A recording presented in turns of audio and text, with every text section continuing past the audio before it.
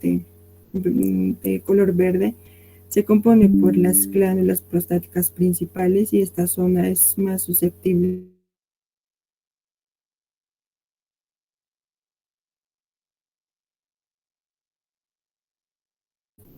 rectal digital.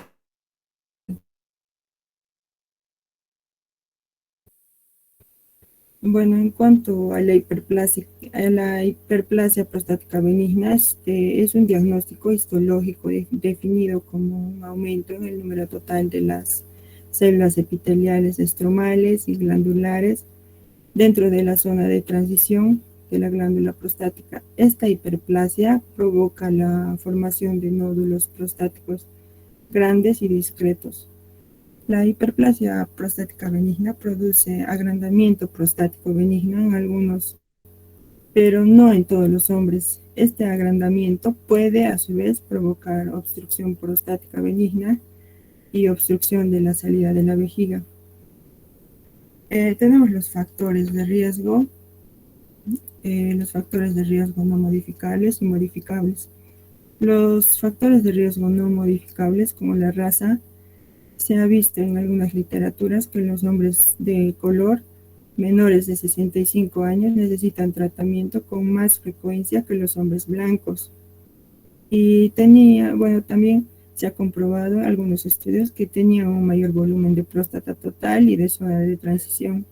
Y los hombres también asiáticos tenían un menor riesgo de hiperplasia prostática benigna diagnosticada por un médico.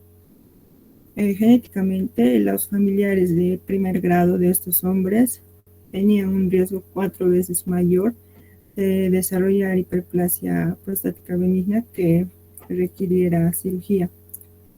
El factor hormonal, los niveles séricos más altos de testosterona y estradiol se asociaron con un menor riesgo de desarrollo futuro de hiperplasia prostática benigna sintomática. Esto fue comprobado en el ensayo de prevención del cáncer de próstata. El factor de antecedentes familiares, el riesgo de hiperplasia prostática benigna aumenta en hombres con antecedentes familiares de cáncer de vejiga, pero no con antecedentes familiares de cáncer de próstata. Los factores de riesgo modificables, tenemos los factores metabólicos como la obesidad y el síndrome metabólico. Puede deberse a una mayor aromatización de la testosterona circulante en el tejido adiposo, lo que va a alterar la relación de testosterona-estrógeno o a la hiperinsulinemia. También tenemos otro factor, el consumo de bebidas con una mayor ingesta de café o cafeína total. También va a aumentar las probabilidades de progresión. La actividad física, el consumo de alcohol. Se ha visto que el consumo de alcohol, 3 o más tragos por día, puede producir el riesgo de hiperplasia prostática benigna debido a la depresión de los niveles de andrógenos. Y también los factores dietéticos. Siguiente, por favor. Bien, en cuanto a la fisiopatología, es probable que en esta patología participen varios procesos, incluido el aumento de la producción de nuevas glándulas epiteliales, el restablecimiento del potencial inductivo de las células prostáticas y también la inmortalización celular debido a la pérdida de la muerte celular programada. También los andrógenos juegan un papel clave en la proliferación de estas células prostáticas y la inhibición de la muerte celular. Por ejemplo, la hiperplasia prostática no ocurre en varones prepuberales cuando los niveles de testosterona y dihidrotestosterona son bajos, pero sí ocurre durante el periodo postpuberal cuando los niveles de andrógenos son elevados. Las posibles etiologías incluyen inflamación, va a estar relacionada con la obesidad, los procesos autoinmunes e infecciones crónicas. También se puede pensar que la contribución prostática a los síntomas del tracto urinario inferior tiene un componente estático que se refiere al agrandamiento de la glándula prostática, que conduce a una obstrucción prostática benigna, y un componente dinámico que consiste en el aumento del tono y también la resistencia del músculo liso. Siguiente, por favor. Ya bueno, la presentación clínica de la hiperplasia prostática benigna puede ser asintomática, pero cuando es sintomática, la hiperplasia prostática benigna se presenta con síntomas del tracto urinario inferior. Estos síntomas pueden ser de almacenamiento o irritativos, o síntomas obstructivos o de micción. Los irritativos, como la frecuencia urinaria, relacionada a la frecuencia urinaria, como la poliuria, nicturia y urgencia e incontinencia urinaria. De los síntomas de micción u obstructivos relacionados al flujo urinario lento, el chorro débil, el esfuerzo para orinar, que conlleva una dificultad inicial, el goteo, el vaciado incompleto y el chorro interrumpido. Los síntomas de almacenamiento o irritativos suelen ser más molestos que los síntomas de vaciado. Las complicaciones, las posibles complicaciones de esta patología no tratada incluyen la retención urinaria aguda, además infecciones urinarias, retención crónica o enuresis, uropatía obstructiva, insuficiencia renal y puede llegar también a litiasis renal. La hiperplasia prostática benigna no es un factor de riesgo. Tenemos que tener en cuenta eso, que no es un factor de riesgo para el cáncer de próstata. Y bueno, esta ocurre en la zona central o de transición de la próstata, mientras que el cáncer de próstata se origina principalmente en la parte periférica de la glándula. Siguiente, por favor.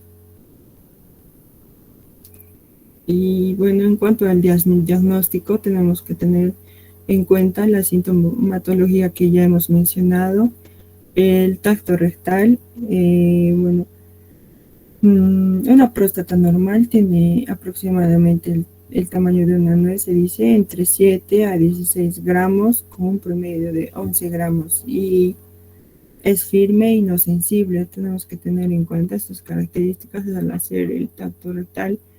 Y también las pruebas de laboratorio. Obtenemos análisis de orina en todos los pacientes evaluados para esta patología. El propósito es identificar si hay piuria, glucosuria, proteinuria, cetonuria o bacteriuria. También se toma en cuenta la flujometría y la ecografía para ver el tamaño exacto de la próstata. Siguiente, por favor. Ya bueno, ahora procederemos a hablar sobre el tratamiento médico. Los objetivos del tratamiento médico van a ser no disminuir los síntomas, mejorar la calidad de vida y evitar la aparición de las complicaciones. Siguiente, por favor. Ya bueno, en primer lugar tenemos que indicar al paciente las modificaciones del estilo de vida, ¿no? Este va a ser el tratamiento de primera línea para todos los pacientes, ya que va a retrasar la necesidad del tratamiento farmacológico y quirúrgico. Entonces, lo que debemos recomendar al paciente que ya ha sido diagnosticado con la hiperplasia prostática benigna, en primer lugar va a ser limitar la ingesta de líquidos, ¿no? Sobre todo antes de que se acueste o antes de que viaje. En segundo lugar, le tenemos que decir que limite la ingesta de alimentos diuréticos, ¿no? Como por ejemplo la cafeína y el alcohol, ¿no? Ya que estos van a obligar a que el paciente orine mucho más frecuentemente, ¿no? Y así va a empeorar los síntomas que ya está teniendo. En tercer lugar, tiene que limitar la ingesta de irritantes de la vejiga, como los alimentos muy condimentados o alimentos irritantes. Además, tiene que evitar el estreñimiento y tiene que aumentar su actividad física, ¿no? Dentro de esto se recomienda que que el paciente realice un ejercicio regular extenuante, ¿no? Y por último, tiene que controlar su peso. Entonces, al paciente le tenemos que decir, ¿no? Algunas ciertas que tiene que adoptar ciertas conductas. En primer lugar, tiene que practicar lo que van a ser los ejercicios de Kegel. Eso sobre todo en el momento de la urgencia urinaria, ¿no? Estos ejercicios van a consistir en que van a ayudar a fortalecer, ¿no? La musculatura del suelo pélvico para que así pueda ayudar un poco para para que puedan miccionar, ¿no? De una manera correcta, ¿no? Sin que, y también para tanto ayudarlos a reducir los síntomas tanto irritativos como obstructivos. En segundo lugar, se le tiene que decir que haga un régimen de emisión controlada, ¿no? De emisión cronometrada. Esto aproximadamente cada 90 a 120 minutos, ¿no? Y si es que va a practicar este régimen, le va a ayudar a reducir los síntomas del tracto urinario inferior. Esto va a ser muy beneficioso, sobre todo en los pacientes que van a tener una disminución de la fuerza de chorro, ¿no? Y también en los pacientes que van a tener un alto resfriado posterior a la micción. Y por último, el último método que le podemos recomendar que haga el paciente van a ser las técnicas de la micción, ¿no? Esto van a ser técnicas en la cual el paciente va a miccionar una segunda vez tras 1 o 2 minutos de la primera micción, ¿no? Esto sobre todo en los pacientes con síntomas obstructivos. Siguiente, por favor.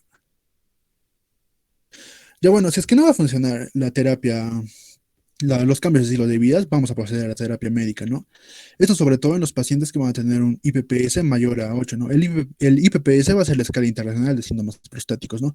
Esta escala se le debe administrar, ¿no? A todos los pacientes para que así veamos ah, lo, en qué sentido o en qué magnitud están afectando a su calidad de vida, ¿no? Estos síntomas.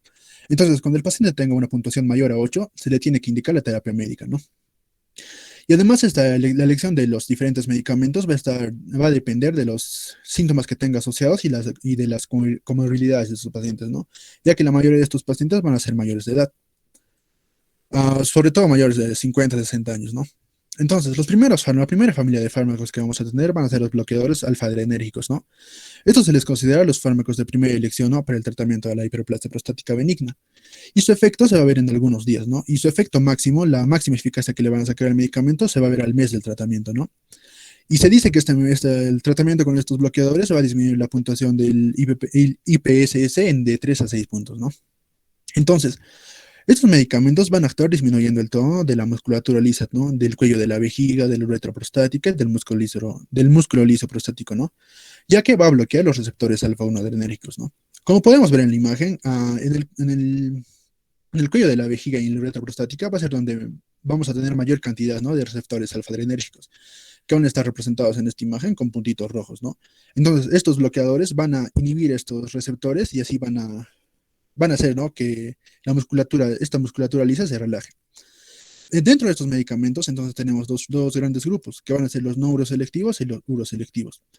Se les dice neuroselectivos ya que van a bloquear todas las unidades, ¿no? De la, del receptor alfa, tanto la A, la B y la D, ¿no? Y dentro de estos vamos a tener a la doxazosina y a la terazosina. Y se les llama neuroselectivos porque estos fármacos actúan directamente sobre el receptor 1A, ¿no? Del receptor alfa, sobre la subunidad 1A del receptor alfa, ¿no? Y dentro de estos tenemos a la alfusosina, la silodosina y la tamsulosina. Dentro de estos, el más uroselectivo va a ser la silodosina. Estos medicamentos van a tener una eficacia similar, ¿no? Entre tanto uroselectivos como no uroselectivos. Y además van a aumentar en igual manera la tasa urinaria. Lo único que los va a diferenciar tanto entre no uroselectivos como uroselectivos va a ser los diferentes efectos adversos que estos van a producir, ¿no? Que ya los vamos a ver más adelante.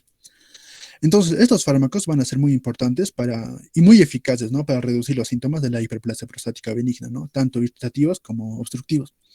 Además que van a aumentar el flujo urinario sin afectar la contractividad del músculo retrusor, ¿no?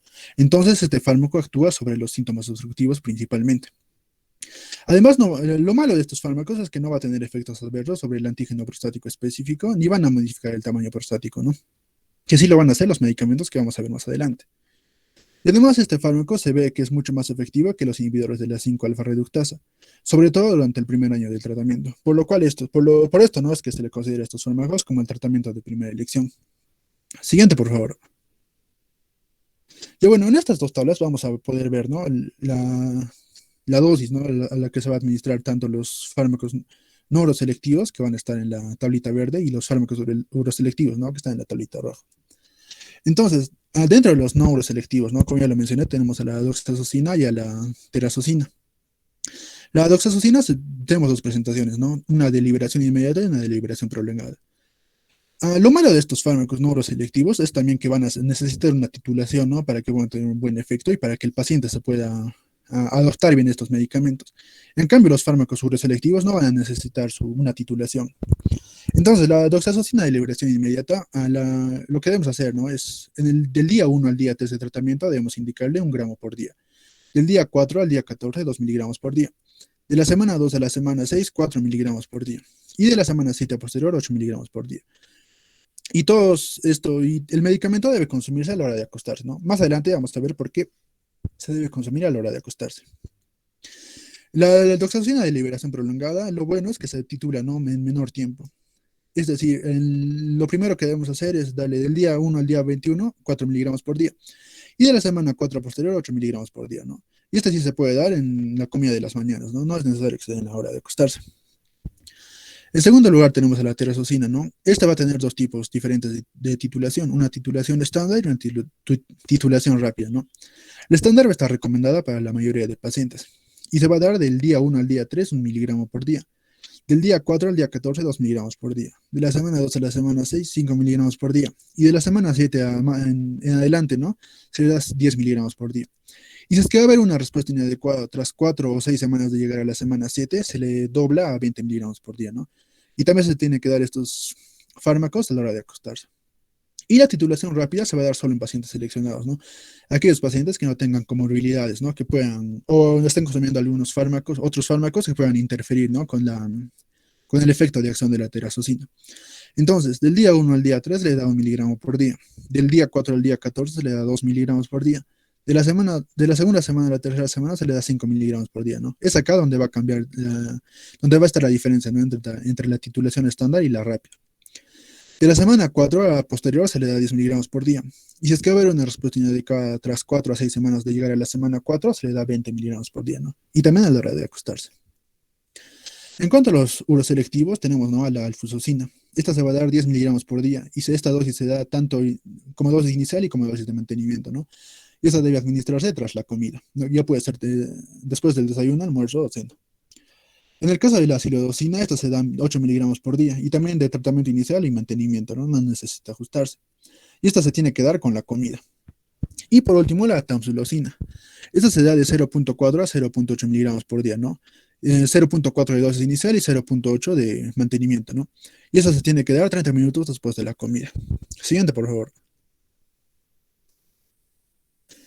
Ya, bueno, ahora hablemos más sobre los efectos adversos de estos bloqueadores alfa-adrenérgicos. Los más frecuentes van a ser la rinitis de un 5 a 15% y los mareos de 5 a 15% y la rinitis de 12%, ¿no? Y aquí es donde se va a presentar, ¿no? Tanto los efectos adversos de los no uroselectivos como los de los uroselectivos.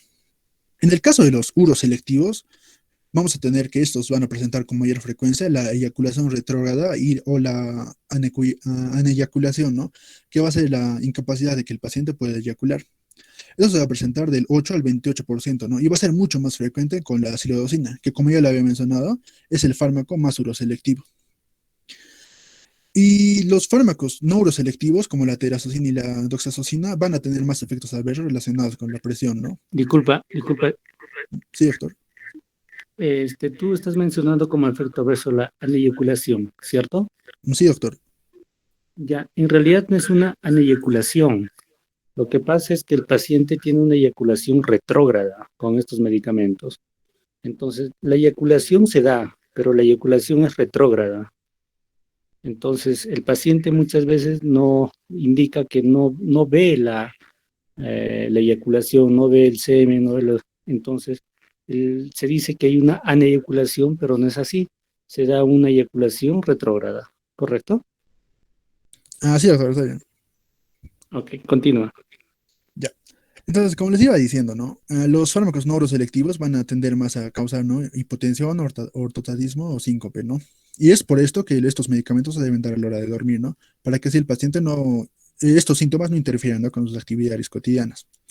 Y además hay que tener en cuenta, ¿no? Que si es que estos fármacos se van a asociar al uso de inhibidores de la fosfodiesterasa como el sildenafil o vardenafil, va a empeorar mucho más, ¿no? Esta hipotensión, ortotatismo o síncope. Y otros síntomas mucho menos frecuentes van a ser la cefalea, astenia, somnolencia y sensación vertiginosa. Un punto a recalcar dentro de los efectos secundarios va a ser el síndrome del iris flácido intraoperatorio, ¿no? Esto sobre todo con el uso de tamsulosina. Esto se va a dar en los pacientes que van a someterse a una operación de cataratas, ¿no? Y va a estar caracterizada por la tríada de miosis intraoperatoria, el prolapso del iris y el iris flácido hinchado, ¿no? La miosis intraoperatoria va a ser incluso, se va a presentar, ¿no? Incluso se le dé una dilatación preoperatoria al paciente. Este síndrome nos va a dar una tasa mayor de trauma del iris y ruptura de la cápsula posterior, ¿no? Durante la cirugía. Y por lo cual debemos recomendar a los pacientes que retiren el medicamento por lo menos 15 días antes de la cirugía, ¿no? Esto es muy importante, tenemos que tenerlo en cuenta, ya que la mayoría de los pacientes no son mayores de 50 60 años, y estos pacientes también están afectados por las cataratas. Y debemos recomendarles, ¿no? Preguntar antes de hacer la cirugía de catarata, si es que se va a hacerse, si es que está consumiendo ese tipo de medicamentos, ¿no? Para prevenir este síndrome. Siguiente, por favor. Y bueno, otra familia de fármacos para el tratamiento de la hiperplasia prostática benigna van a ser los inhibidores de la 5-alfa reductasa, ¿no? Estos fármacos se van a usar sobre todo para prevenir la progresión, ya que va a detener y va a disminuir el crecimiento de la próstata. Estos medicamentos van a actuar al inhibir, ¿no? A la 5-alfa reductasa. Por lo tanto, van a bloquear la conversión de la testosterona en la dihidrotestosterona, ¿no? Que va a ser el esteroide masculino más potente. Lo malo es que no van a tratar los síntomas agudos, ¿no? Estos los tratan a largo plazo. Entonces, este fármaco va a ser útil en los pacientes con hiperplasia prostática benigna, con un tamaño prostático mayor a 35 gramos, ¿no? Con un peso mayor a 35 gramos. Además, se menciona en las diferentes revisiones que mientras más grande va a ser el tamaño de la próstata, mejor el tratamiento va a ser mucho más eficaz, ¿no? Por lo cual debemos usar el antígeno prostático específico como indicador, ¿no? Para medir el tamaño de la próstata. Y se dice que el tratamiento va a ser mucho más eficaz cuando cuando el antígeno prostático específico sea mayor a 1.5 nanogramos por mililitro, ¿no? Si va a ser menor, el paciente no suele beneficiarse con esta terapia. Entonces, dentro de este tratamiento vamos a tener dos medicamentos importantes, ¿no? Que van a ser la finasterida y la dunasterida. La finasterida va a ser un inhibidor selectivo de la isoenzima 2 y la dunasterida va a ser un inhibidor no selectivo, ¿no? Ya que va a actuar tanto en la isoenzima 1 como en la isoenzima 2, ¿no? Entonces, la finasterida se da 5 miligramos por día y la dunasterida a 0.5 miligramos por día. Cabe recalcar, ¿no? Que la reducción del tamaño va a demorar varios meses y se va a dar sobre todo cuando el paciente tenga un tratamiento estricto y regular, ¿no?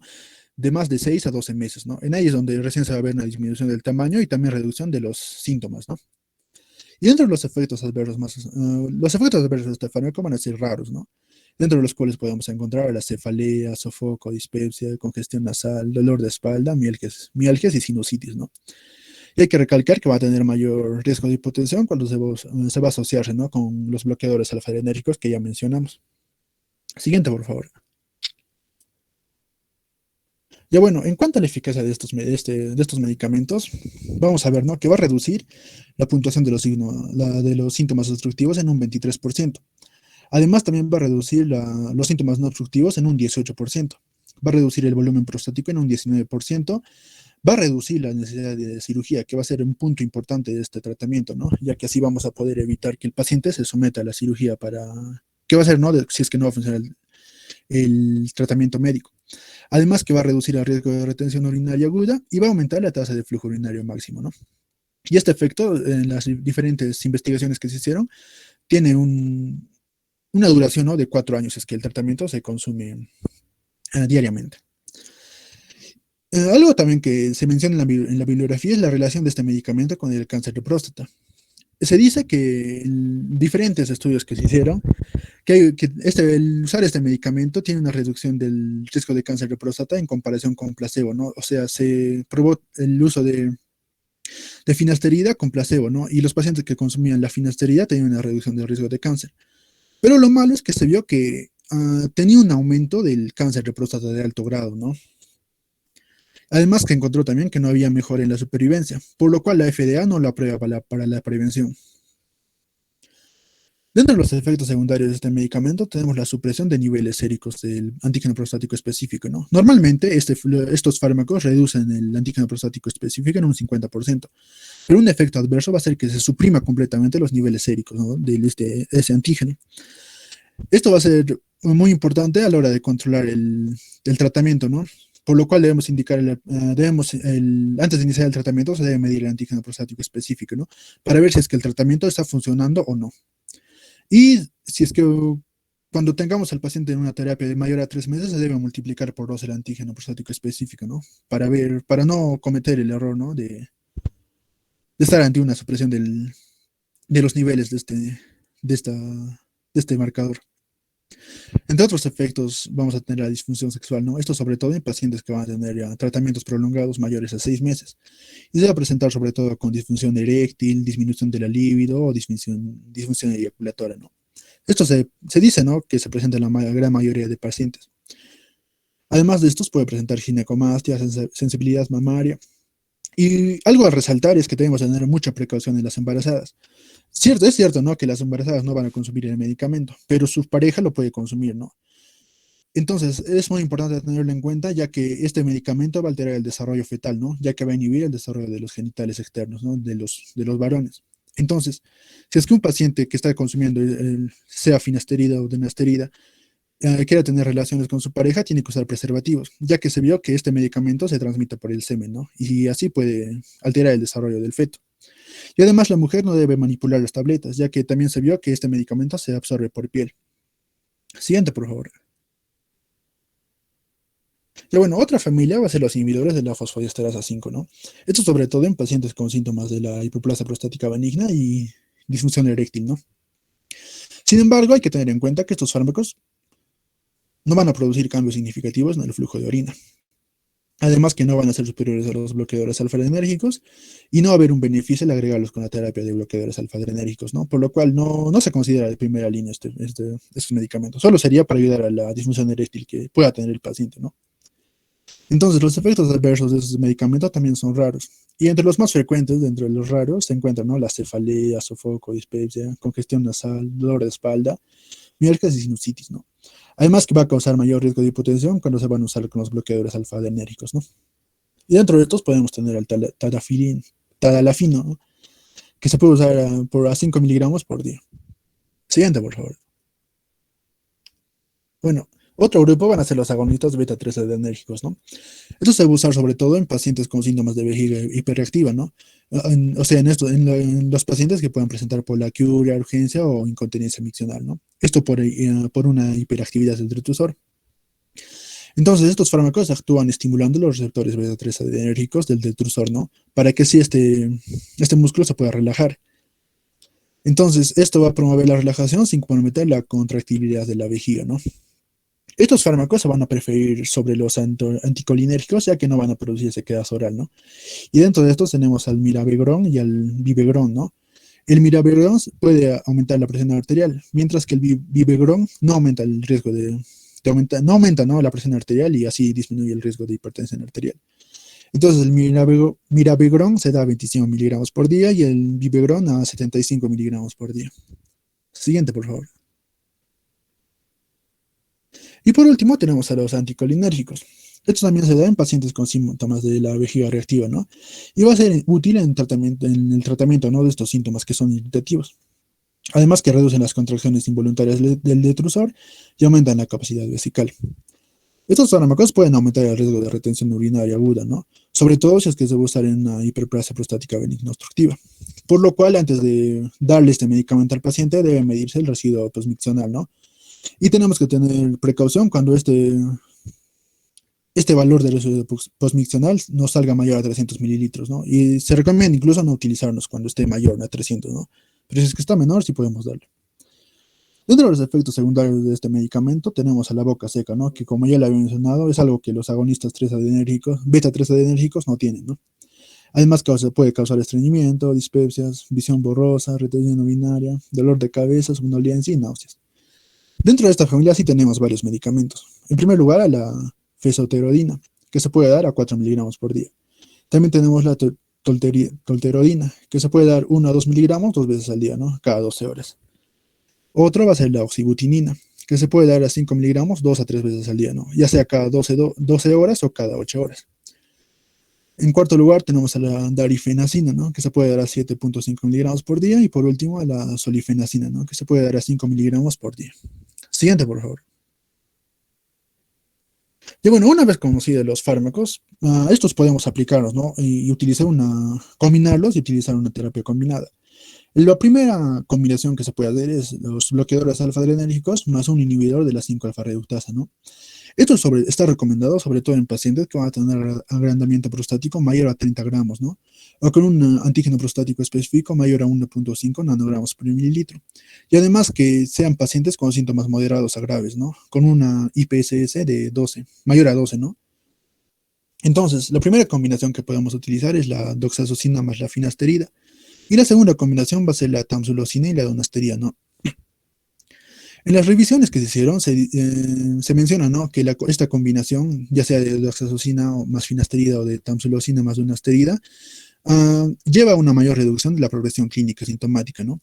Además que produce menos episodios de retención urinaria aguda, menor incidencia de una insuficiencia renal y además menor incidencia de infecciones del tracto urinario y de incontinencia urinaria, ¿no? La segunda combinación va a ser un anticolinérgico o un agonista beta-3 adrenérgico más un bloqueador alfa-adrenérgico, ¿no? Como se puede ver en los dos esquemas, el bloqueador alfa-adrenérgico siempre va a estar presente, ¿no? Entonces, en este segundo esquema, va a estar utilizado sobre todo en aquellos pacientes con vejiga hiperreactiva, ¿no?, que esté asociada a la hiperplasia prostática benigna. Esto cuando no se pueden controlar los síntomas irritativos, ¿no?, que como lo mencionó mi compañero al principio, va a ser los síntomas que le van a causar más incomodidad al paciente. Entonces, la combinación que está aprobada va a ser la del mirabegron más la tamsulosina, ¿no? Y esta reduce el número de micciones al día, aumenta el volumen de evacuación por micción y además produce menos episodios de urgencia por día. Siguiente, por favor.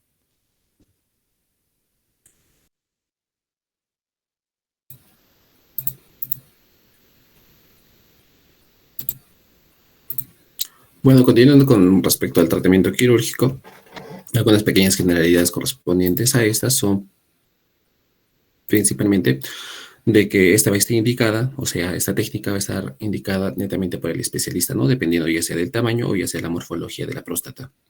Ahora vamos a ver que el médico también va a conocer tiene que conocer las indicaciones y las incidencias que puedan suceder durante la misma y a modo de informar al paciente, ¿no? Ahora vamos a ver que es conveniente recordar también que esta mejora de la sintomatología no se va a producir inmediatamente, o bueno, es lo que el paciente pueda esperar, ¿no? Esta va a ser durante ya varias semanas pasadas a la intervención, ¿no?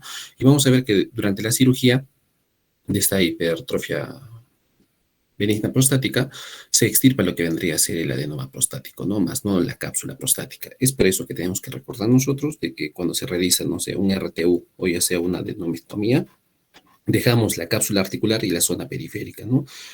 Y es justamente donde se asienta lo que es el cáncer. O sea, un paciente que tiene un HBP sigue teniendo el riesgo, en este caso, de padecer cáncer de próstata. Y justamente se deja esta cápsula prostática porque por ahí pasa la bandereta nerviosa para la función sexual, ¿no? Entonces, si en caso de que se extirpara esta cápsula prostática, el paciente tendría en este caso alteraciones de la función sexual y disminuiríamos en este caso su calidad de vida. En 1997 se hace la cuarta reunión patrocinada en este caso por la OMS con respecto a lo que es el HBP, donde se recogen las recomendaciones del Comité Científico Internacional, la cual indica un tratamiento quirúrgico cuando aparecen complicaciones ya sea secundarias. Ahí tenemos la retención de la orina, el deterioro de los parámetros de la función renal, el residuo postmiccional elevado, también tenemos la incontinencia paradójica por rebosamiento, la formación de litiasis vesicales, las infecciones urinarias frecuentes, hematurias y divertículos vesicales. En esta tabla nos especifica un poco más con respecto a las indicaciones del tratamiento quirúrgico, ¿no? Como el HBP grave, en donde en sí el paciente estaría hemodinámicamente mal, con síntomas graves, en este caso como una falla renal, globos vesicales, con hematurias y demás, ¿no? Episodios repetitivos también de retención urinaria debido a esta HBP, infecciones recurrentes de la próstata, de las vías urinarias también, litiasis vesiculares ya mencionadas, insuficiencia renal por obstrucción intravesicales de la vía urinaria, en donde hay una falla renal de tipo porrenal, porque esto es una uropatía obstructiva. En sí hay hematuria macroscópica recidivante. Entre las otras indicaciones ya mencionadas la puntuación de IPS, ¿no? En donde sí es una escala que evalúa la severidad de los síntomas por medio de un cuestionario, ¿sí? ¿No? También sirve esta escala para determinar el tratamiento. Entonces, cuando los síntomas exceden, porque hay parámetros, ¿no? De 0 a 7, por ejemplo, o inferiores a 7 son síntomas leves, de 8 a 19 son síntomas moderados, y cuando exceden los 20, o sea, de 20 a 35 son síntomas graves, en donde sí también son indicaciones para un tratamiento quirúrgico, ¿no? Donde la calidad de vida está comprometida y no van a mejorar en este caso con el tratamiento médico, ¿no? Ahora, los valores recientes en este caso, los valores crecientes de residuo postmiccional, en donde vamos a ver que este residuo cuando supera los 100 ml o es mayor al 10%, ya nos está indicando una obstrucción. Ahora, la tasa baja de flujo, que vendría a ser la flujometría, ¿no? Que en sí viene a ser el gol estándar para determinar la obstrucción urinaria. Vemos que un chorro urinario normal en sí es mayor a 15 ml por segundo. Cuando este desciende, ya podríamos estar hablando de una obstrucción de vías urinarias. La primera técnica en sí vendría a ser el RTU, el cual es la resección transureteral de la próstata, ¿no? Es una técnica la cual es considerada como un tratamiento estándar definitivo y el patrón con el cual se comparan los demás tratamientos, tanto médicos como quirúrgicos. Ahora, la mejora es netamente clínicas, como una urodinámica tras un RTU supera el 80% cuando se trata de una sintomatología tanto leve como moderada, y esta asciende a un 90% tras un tratamiento de casos más severos. Ahora, el incremento medio del flujo en estudios randomizados oscila entre 125 y el residuo postmiccional se reduce hasta un 60%, ¿no? O sea, es muy beneficioso en sí. Las complicaciones de este procedimiento generalmente son las hemorragias, ¿no? Y estas varían de 7 a 20 ml por gramo de resecado y 0,4 a 4,5 ml por minuto de cirugía. La mortalidad es baja hasta casi nula. Acá tenemos una imagen justamente del procedimiento, o bueno, lo que más o menos se hace, ¿no? Este RTU, el cual está indicado prácticamente para lo que sería la resección, para la hipertrofia benigna de próstata, también puede ser realizado en cáncer de próstata, ¿no? También para liberar, en este caso, la obstrucción que se va a producir por este tipo de cáncer. Cuando se trata de este HVP, lo que se trata de hacer principalmente a inicios es colocar al paciente una vía intravenosa, administrar antibióticos, en este caso para disminuir la posibilidad de infecciones. También se puede realizar una anestesia tanto peridural como general, ¿no? Si es general, se le puede instalar un tubo respiratorio, y si es una anestesia peridural, el paciente no va a sentir la parte inferior de su cuerpo porque va a estar anestesiado, y se le puede administrar algún tipo de sedante para poder ayudarlo a relajar y no haya complicaciones durante este procedimiento. Ahora, después de ello, el cirujano lo que hace es introducir justamente este aparato, que es el cistoscopio en sí, donde se introduce en este caso por la punta del pene, se introduce por toda la uretra, hasta llegar a la parte de la vejiga, ¿no? Vamos a ver que se puede administrar en este caso una solución salina estéril para poder examinar, para tener un mejor campo de visión así. Conjuntamente con ella se instaura lo que son un restoscopio en sí, en donde es un brazo conductor pequeño que lleva corriente eléctrica a través del cistoscopio, y lo cual usa para cortar las capas de tejido prostático, ¿no? Estos trozos de tejido se extirpan a través de un puerto de entrada especial para el cistoscopio, y cuando se ha extirpado toda la cantidad óptima de tejido prostático, el cirujano extrae este cistoscopio y coloca un catéter en la vejiga para que siga drenando 2 días después de la cirugía, ¿no? Luego de los procedimientos ya realizados, se monitoriza al paciente, se le puede administrar medicamentos ya sea para el dolor, antibióticos en caso de infecciones por vía intravenosa, y se le puede también administrar solución salina, ¿no? En el tubo del catéter para que pueda eliminar los coágulos y la sangre acumulada. Ahora, este procedimiento, bueno, una vez ya el paciente ya hospitalizado, el posoperatorio en sí es corto, ¿no? 2 días ya el paciente ya puede estar siendo dado de alta. Ahora, los riesgos que puede producirnos en sí es la dificultad temporal, en este caso para orinar, ¿no? Durante algunos días el paciente no va a poder realizarlo. Las infecciones urinarias, que son complicaciones frecuentes, y estas ascienden cuanto más tiempo el paciente tenga la sonda, ¿no? Tiene un órgano seco en sí, es un efecto común y a largo plazo de cualquier tipo de cirugía prostática por la liberación del semen dentro de la vejiga, ¿no? De forma retrógrada en sí. Ahora, también la disfunción eréctil es un riesgo muy pequeño, también producido por algunos medicamentos, así que tienden a ser casi equivalentes, ¿no? Hay un sangrado interno en casos excepcionales en hombres los cuales pierden relativamente una cantidad elevada de sangre, y esa tiende a variar de acuerdo al tamaño de la próstata, ¿no? La dificultad en este caso para contener la orina, muy pocas veces se han perdido el control en este caso de la vejiga, hay una incontinencia por parte del procedimiento también, ¿no? El bajo nivel de sodio en la sangre, conocida también como el síndrome de resección transureteral de la próstata y el síndrome de resección transureteral, las cuales pueden comprometer al paciente si es que no se trata a tiempo, ¿no? Y la necesidad en este caso de volverse a realizar el tratamiento. Algunos pacientes en este caso tienen a realizar un seguimiento después de una resección transureteral de la próstata porque los síntomas ya sea no son buenos, no remiten o vuelven a aparecer después de un tiempo prolongado. Otras técnicas a realizar son la cervicotomía endoscópica, la ureterocervicotomía, la prostatotomía.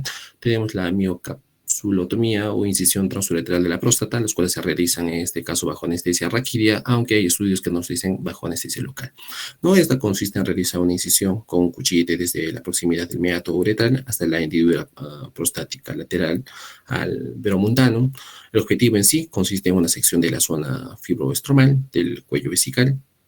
Las opiniones varían en cuanto al número de cortes, localizaciones de los mismos, las asociaciones respecto a la resección del adenoma prostático.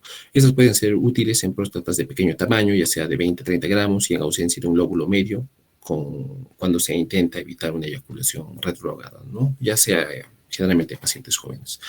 Las ventajas en sí es que hay una escasa hemorrágica, ¿no? A comparación del RTU, que en donde sí había una relativamente hemorragia más acentuada. Acá tenemos otro procedimiento, es en el láser, que es justamente el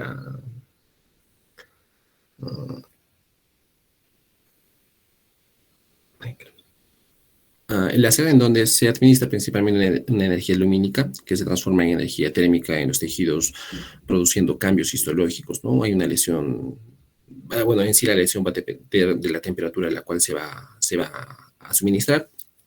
Por encima de los 50 grados se desnaturalizan las proteínas produciendo necrosis tisular. De 60 a 100 grados se produce una fotocoagulación proteica sin vaporización y carbonización. Cuando aumenta la temperatura de forma brusca se ocasiona también la necrosis inmediata, pudiendo llegar a vaporización tisular, ¿no? Sus indicaciones son superponibles a lo que vendría a ser el RTU, con las ventajas que pueden tratarse a pacientes susceptibles, en este caso, ya sea anticoagulados o que tengan un mayor riesgo, en este caso, de padecer hemorragias. Sus limitaciones se establecen con próstatas, en este caso, superiores, o sea, próstatas grandes de 40-60 gramos, ¿no? Y lo importante en sí es de que, bueno, la desventaja en sí es que no está tan indicado en este caso con una disuria posoperatoria. ¿Sí?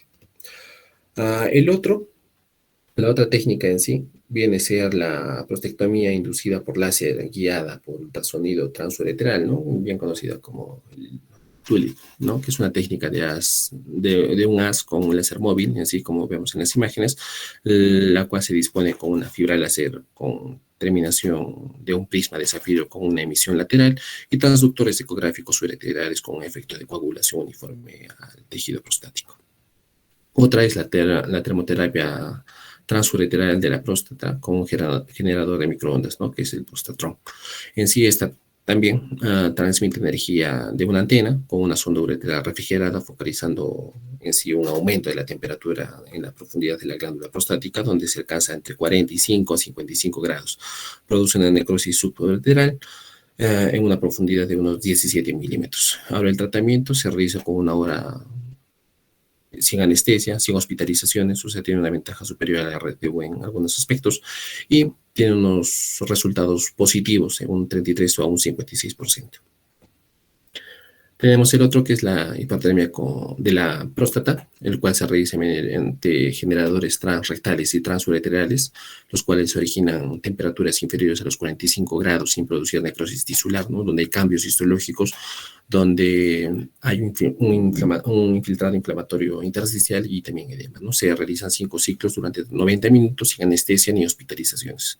En el ultrasonido, vemos que en 1987 se presentó un instrumento también endoscópico, ¿no? En donde vamos a ver, se presentaron estos, en donde vamos la técnica que ayuda en sí a evitar mejor la eyaculación anterograda con respecto al RTU que sí producía en sí. Lamentablemente estos han sido retirados y ya no son dados, ¿no? Ya sea por algunas reuniones con respecto a la OMS.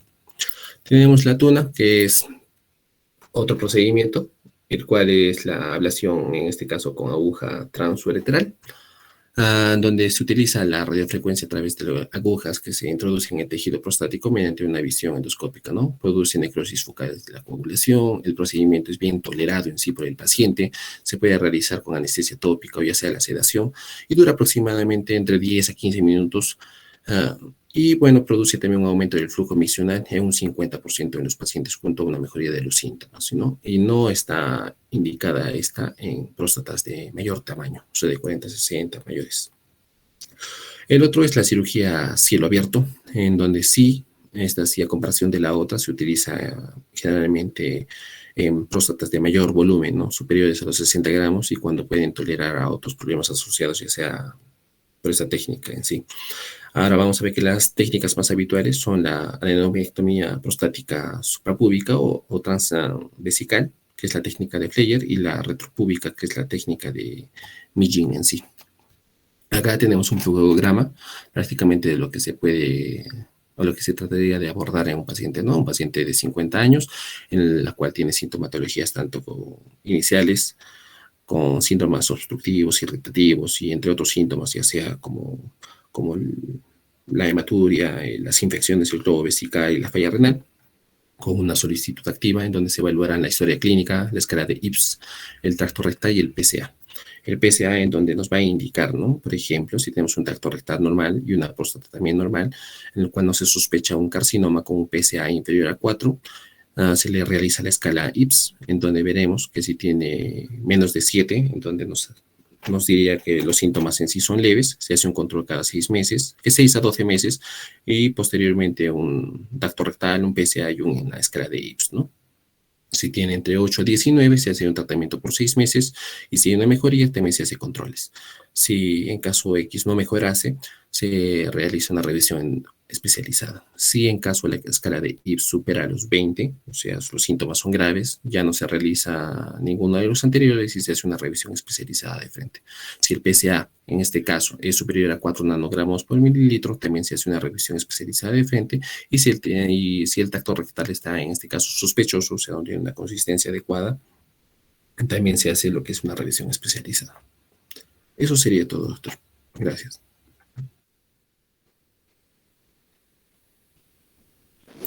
¿Alguna pregunta, muchachos? Para comentarles un poco, es cierto lo que dice su compañero, acá generalmente en Perú y en especial en Cusco, lo que se hace acá para tratar las hipertrofias benignas de próstata es la cirugía abierta, más utilizando la técnica de Freire, que es una adenomectomía de próstata transvesical, y la otra técnica que más usamos también es la resección transuretral, ¿no? Entonces son las resección transuretral las reservamos para próstatas pequeñas, 40, 50 gramos en realidad. Y estas son las dos técnicas que más usamos acá en Cusco. ¿Alguna pregunta?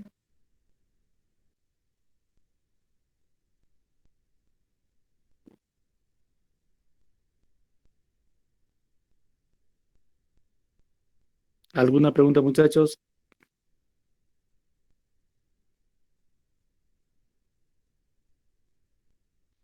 Bueno, muchachos, me da mucho gusto de que las exposiciones tengan bastante contenido académico. Está muy bien, los felicito. En todo caso, si no hay preguntas, nos vemos el próximo lunes. Doctor, Sí, disculpe, buenas tardes. Doctor, disculpe, no llegué a la lista porque se me fue la señal completamente. Me quedé sin datos y sin wifi en mi casa. No sé si podría apellido, considerarme, por favor. Farfán apellido. Samanés, voy a disculpar. Farfán Samanés, Ok, doctor. listo. Doctor, buenas Muchas tardes. Disculpe, tuve también problemas con el internet y me conecté yo un poco